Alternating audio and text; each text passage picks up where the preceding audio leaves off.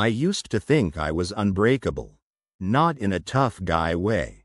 More like, nothing ever pushed me far enough to lose control. I was the guy who stayed calm. The one people leaned on when everything went wrong. I didn't yell, didn't fight, didn't explode. I believed that meant I was strong. My name doesn't matter. What matters is my brother. He's 19, quiet, smart, the kind of kid who apologizes when other people bump into him. I helped raise him after our mom died. Our dad checked out long before that, so it was always us. I promised her, standing next to a hospital bed that smelled like bleach and regret, that I'd protect him. I meant it. Last winter, he got his first real job. Night shifts. Grocery warehouse on the edge of town. He was proud of it. Exhausted, but proud. Then he started changing. Stopped eating dinner with me. Started flinching when his phone buzzed. Wore long sleeves even inside the house. I asked him what was wrong. He said, "I'm just tired." I believed him. That was my first mistake. One night, he didn't come home. No text, no call. At midnight, I told myself not to overreact. At 1 a.m., I grabbed my keys. At 1:30, I was speeding toward his job. I found him sitting behind the building, back against the wall. Cigarette burns on the concrete. Blood on his knuckles. His face looked empty. I asked him who did this. He said, "It's nothing." I asked again. He shook his head and said, "Please don't." That word, please, from my little brother? Something cracked. I took him home, helped him clean up, didn't push. The next day, I went to the warehouse. I didn't yell, didn't accuse. I just asked around. That's when I heard the name. Evan, shift supervisor, late 20s, known for teaching lessons. I pulled Evan aside, told him my brother was new, told him he didn't need to prove anything. Evan smiled. "That's what scared me," he said. "Your brother's gotta learn how things work." I asked him what that meant. He leaned in close and said, "Stay out of it." 2 nights later, my brother collapsed in our kitchen. Cracked rib, concussion. The hospital called it a workplace accident. My brother wouldn't meet my eyes. I sat beside his bed all night. At 3:12 a.m., he finally spoke. He told me everything. The insults, the shoving, the locked freezer. He told me Evan laughed while he begged to be let out. I didn't say a word. I stood up, and I walked out. I drove back to that warehouse with one thought repeating in my head. I used to wonder what would break me. I parked right in front of the loading dock. Evan was outside, joking with 2 guys. He saw me coming, still smiling. He said, "You here to complain again?" That's when I stopped being calm. I don't remember the first punch. I remember the sound his head made when it hit the steel door. Someone screamed. Someone tried to pull me back. I didn't stop until I saw fear in his eyes. Real fear. The kind my brother had. I walked away before the police arrived. They found me the next morning. I didn't resist. At the station, a detective slid photos across the table. Security footage. Multiple angles. He watched my face carefully. Then he said something I didn't expect. "You're not the only one who complained." Turns out Evan had a record. Turns out my brother wasn't the first. The charges against me disappeared. Evan's didn't. My brother still wakes up some nights shaking. But he sleeps with his door unlocked now. He laughs again. And he knows something important. That I meant my promise. I thought the hardest part was over.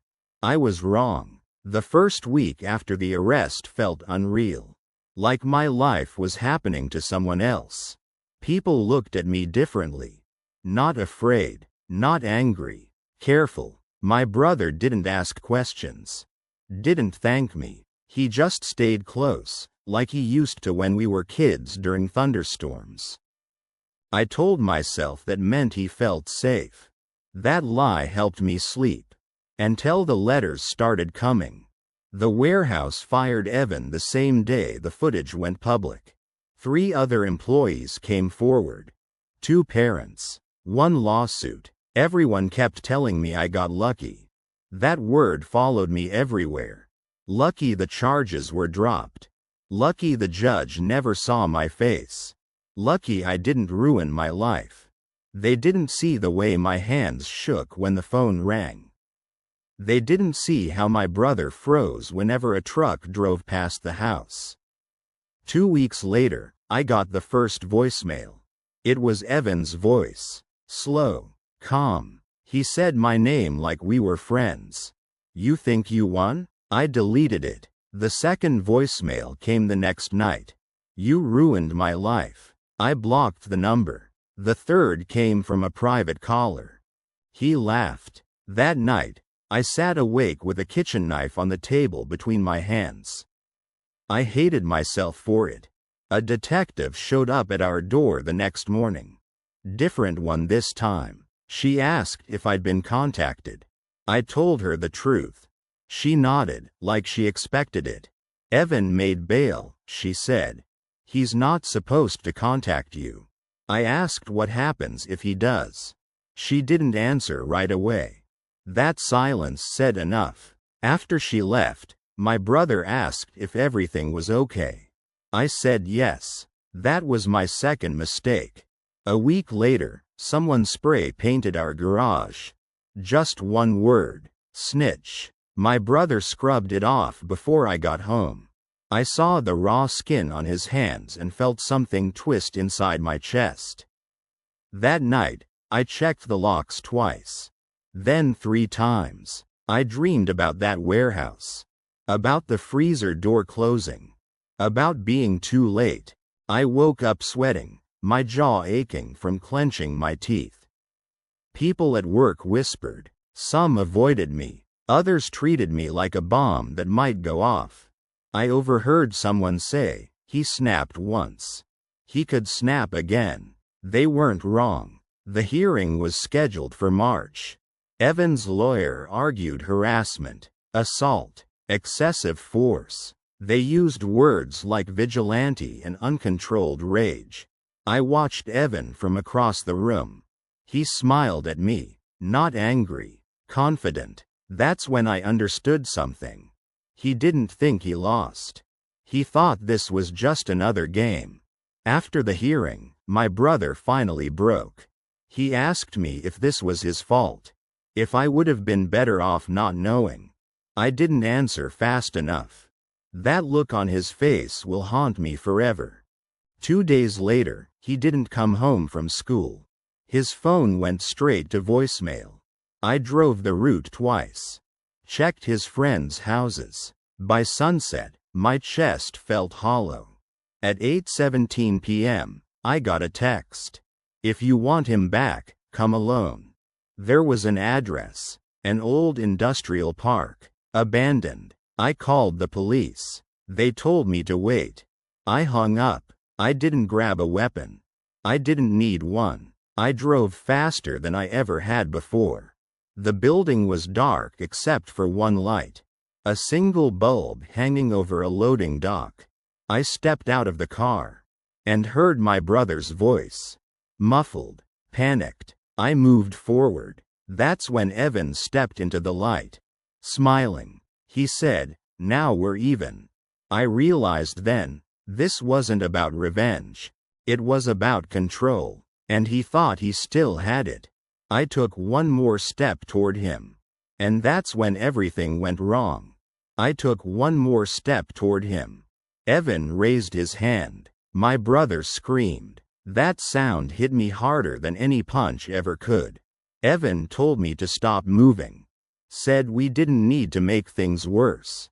I looked past him. My brother was tied to a chair inside the loading bay.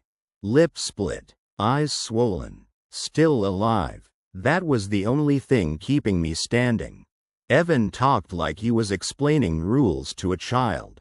He said I embarrassed him, took away his job, his reputation. He said people like me didn't get to walk away clean. I asked him why my brother was there. He shrugged. Collateral damage. Something inside me went quiet. Not rage, not panic, clarity. I told him to let my brother go. He laughed, reached into his jacket. That's when I rushed him. I don't remember thinking. I remember momentum. He wasn't expecting me to close the distance. He stumbled back, tripped over the curb. The gun hit the ground. I kicked it away. Everything after that blurred together. I remember his hands on my throat, my knee connecting with his ribs. The sound of bone cracking, maybe his, maybe mine. I remember screaming his name. Not in anger, in warning. Police lights exploded across the walls. Someone must have followed me, or tracked the phone. I felt hands pulling me back. Guns drawn. Shouts everywhere. Evan was on the ground, bleeding and crying. For the first time, he looked small.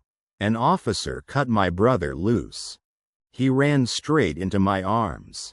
I held him so tight I thought he'd break. I didn't care. This time, there was no silence at the station.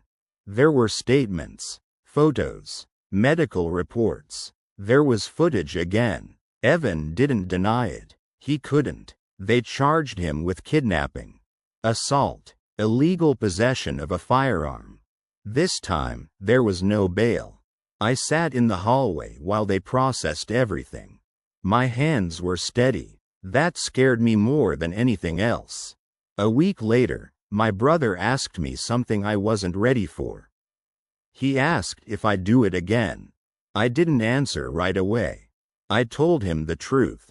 I said I never wanted to become the kind of person who solves things with violence. But I also said this: that protecting him wasn't a choice. It was who I am. The trial took months. Evan avoided my eyes the entire time. He was sentenced to 15 years. No one clapped. No one celebrated. We just went home. Life didn't magically fix itself. My brother still jumps at loud noises. I still scan rooms when I walk in. But we heal. Slowly. Quietly. Sometimes people ask me if I regret it. If losing control changed me. They're right about one thing. It did. I'm not as calm as I used to be. I don't walk away as easily. But I sleep at night knowing this. Some lines are worth crossing. Some promises are worth the cost. I used to wonder what would break me.